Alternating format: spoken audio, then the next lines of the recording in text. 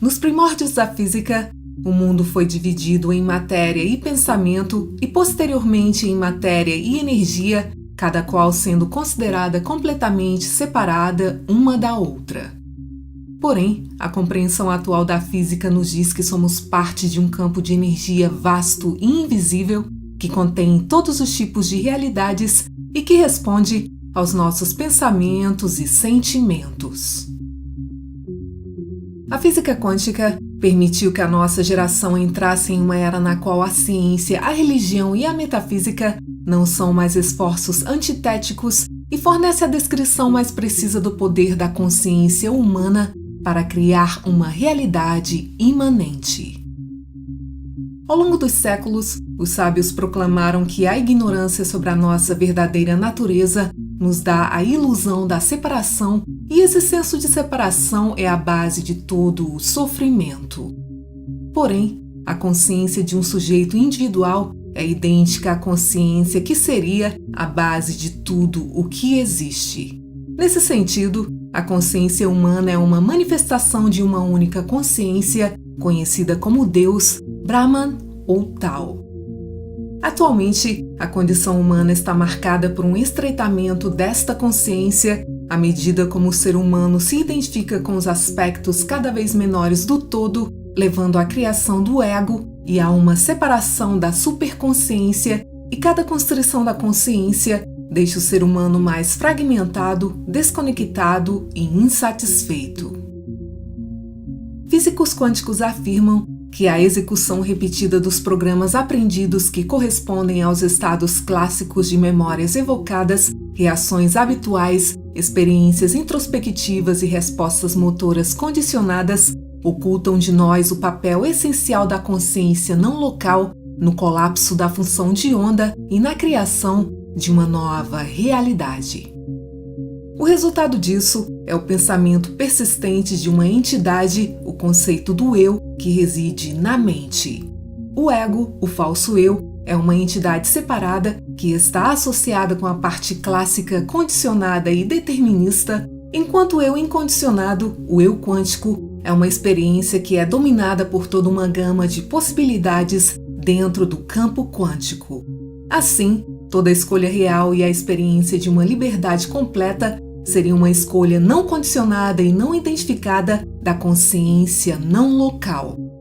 Assim, o eu quântico é experienciado como uma consciência, presença e subjetividade pura, na qual não há nenhuma entidade e que surge quando a função de onda quântica incondicionada é primeiro colapsada. Nessa premissa, a consciência seria o que realmente somos e o objetivo de toda prática espiritual seria a desidentificação do eu fictício a fim de realizar a nossa verdadeira natureza, o eu quântico.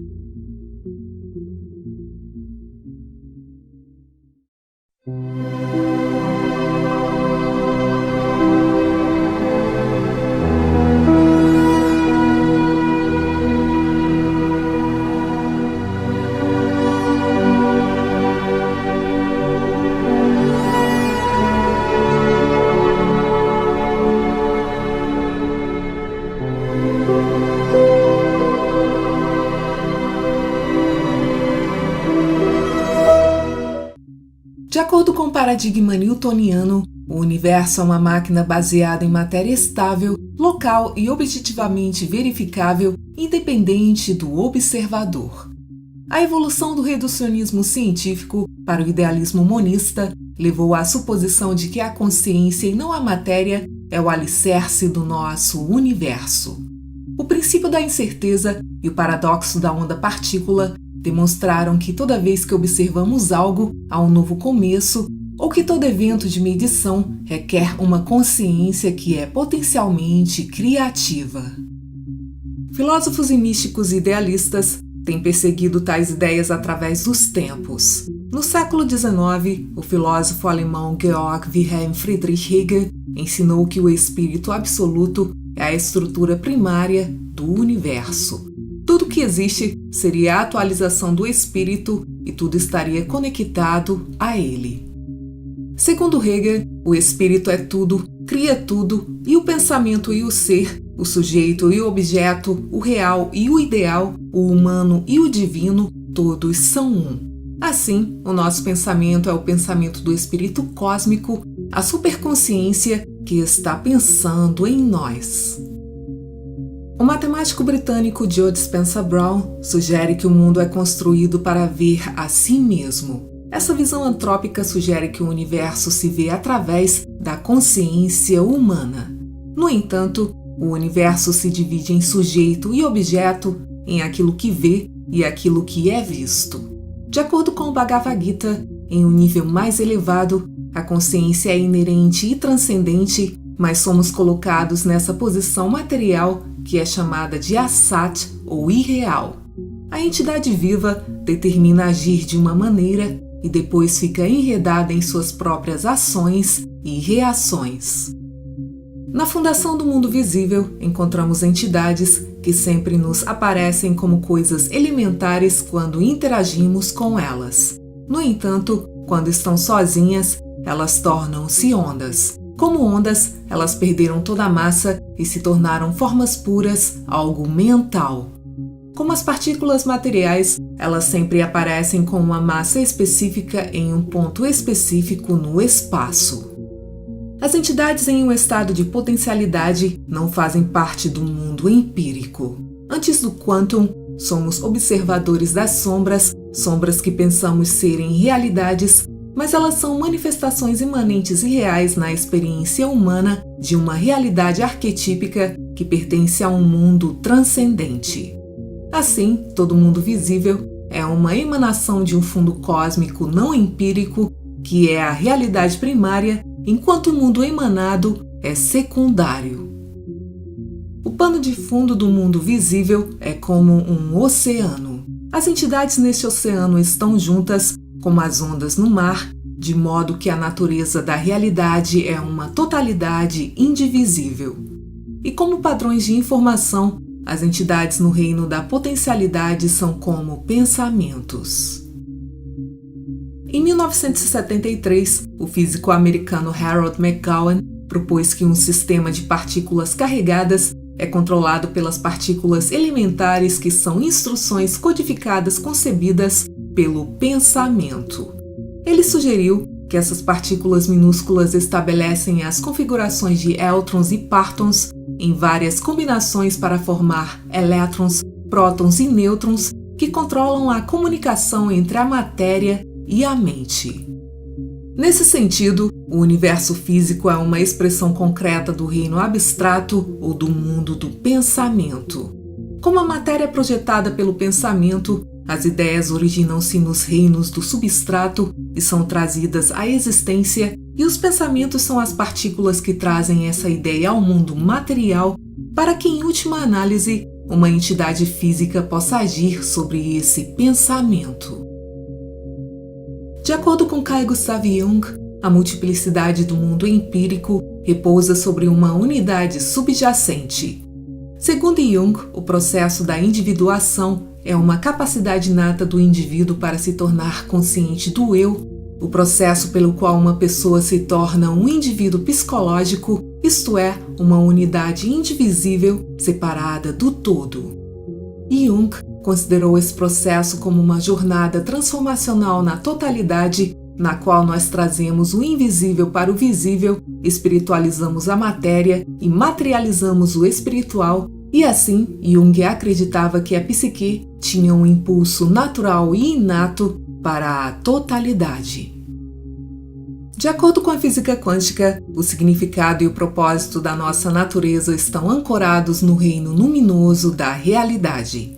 Para o físico indiano Amit Goswami, o eu que reconhece, escolhe e colapsa a onda da possibilidade quântica é o eu verdadeiro e unitivo, o eu quântico, e que por trás da nossa individualidade e separação aparente há uma unidade transcendente que é a consciência. A consciência não seria individual ou algo que possuímos ou temos consciência como um cérebro, mas em vez disso, a consciência nos tem. Segundo Goswami, a função de onda não existe no espaço-tempo, mas em um domínio transcendental.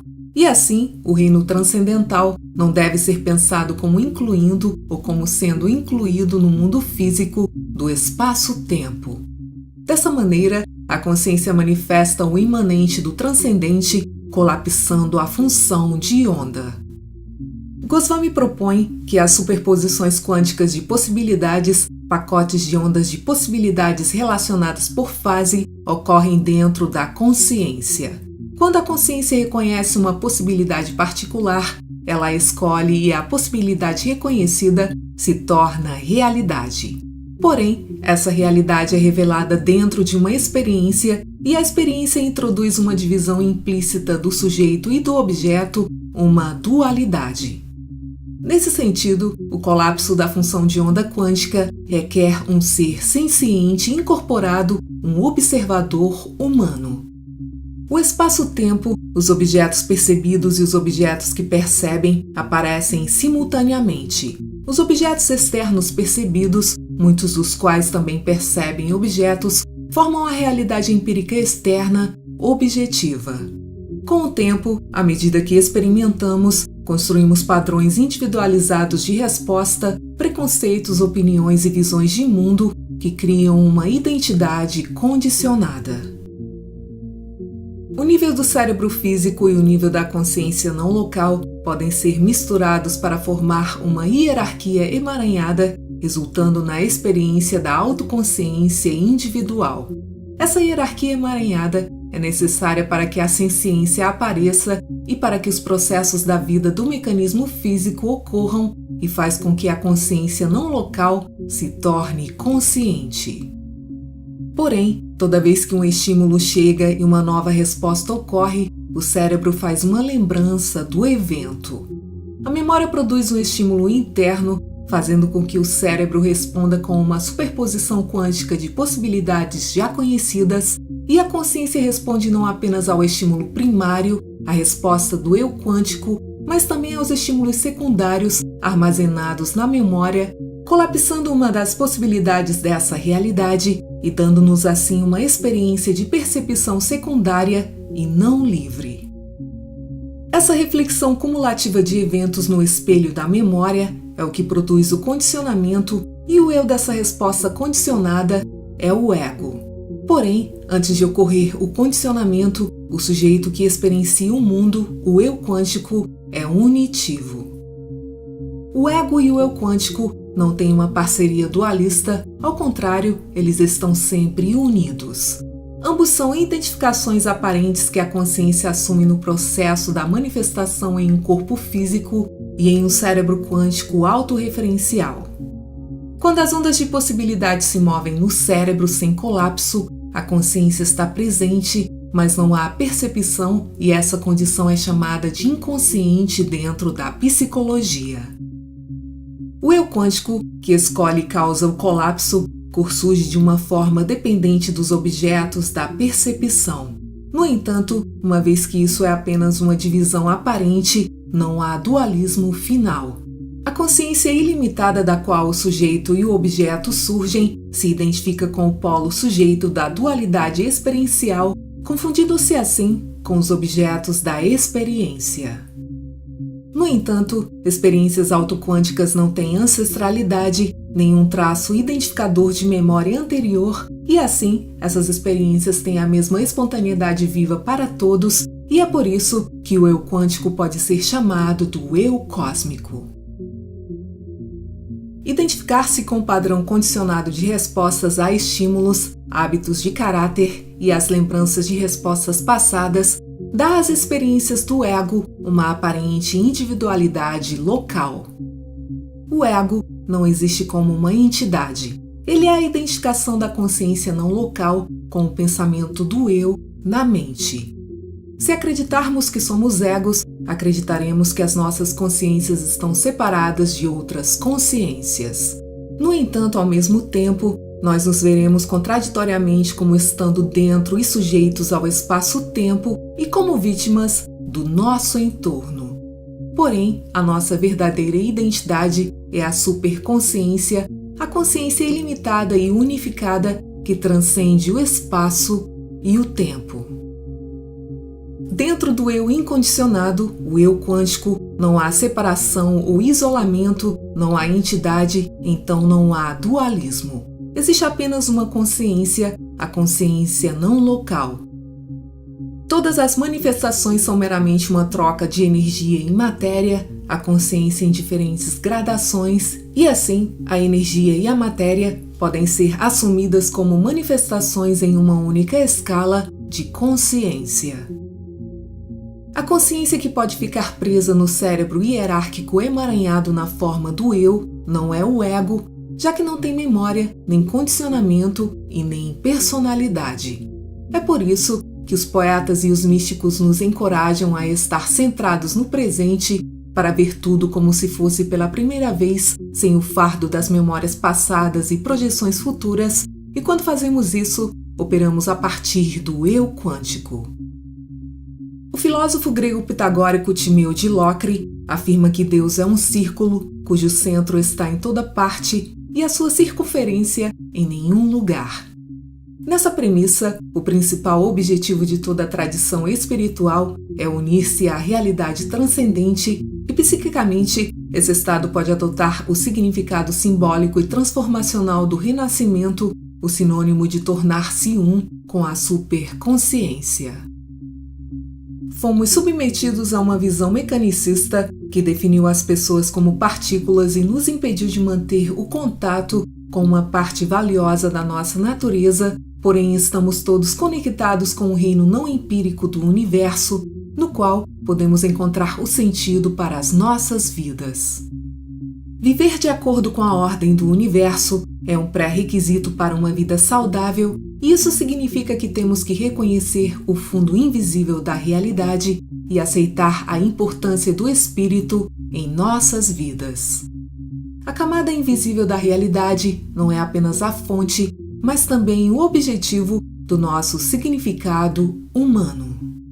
A meditação e a imaginação divina representam o olho espiritual que nos permite abandonar a limitação do tempo, do espaço e da matéria e expressar a verdade sobre essa presença invisível em todos nós.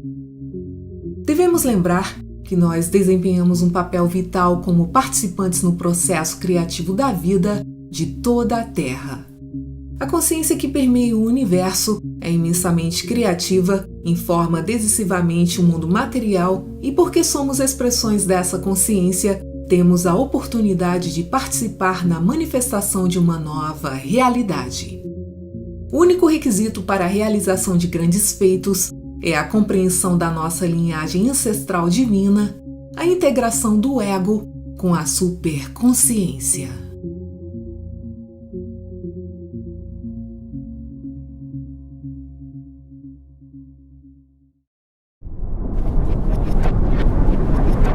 Obrigada por assistir, muita paz, muita luz e até o próximo vídeo.